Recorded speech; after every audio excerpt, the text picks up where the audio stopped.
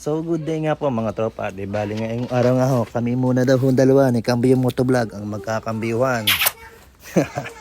Ang lagay ko nga hong are, di wala pang ligaw. Di ako napasama na at manlilibre daw sa yayat. Amin daw nga pupuntahan yung bypass ng Alupay.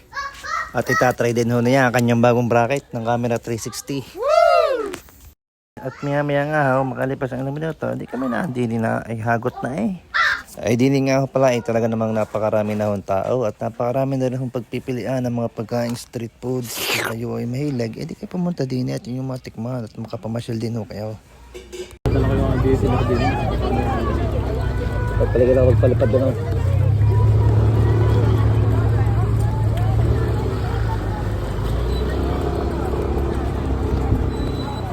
Masarap makakain din eh.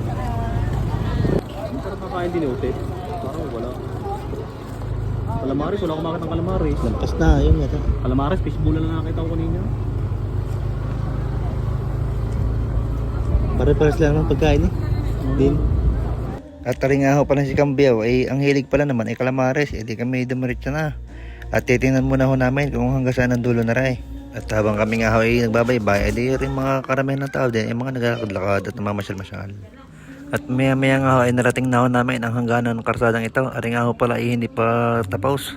Di kami pumasok na din sa may kantong ari. May kantong ari hindi rin namin alam ay. Basta lang kami pumasok. At ang sunod naman daw namin pupuntahan ay bypass naman ho ng Garcia. At talaga naman rin si Cambio Motovlog ay talaga sa hilig din namang maggalaa ay ako kahit ako yung kasakoy ngalay din ay karabay. Ano ba? Labas ko din eh, kakaliwa tayo din eh. Pero yung tulitin. Ano kaya yan? Yan yung tulitin bahay. Hindi pa ako nakakadaan. Hindi pa dinadaanan mo ka rin. Malinis ang tubig. Ilog ah. Pwede maligo ah. Kaya nga, malinis ang tubig eh.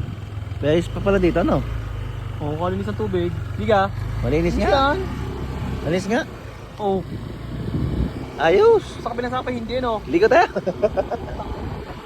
Ay di nga ako pala ay nagkandaliligaw-ligaw na kami kung saan nga kami napasuot at maya nga ay di aming narating na rin ang labasan.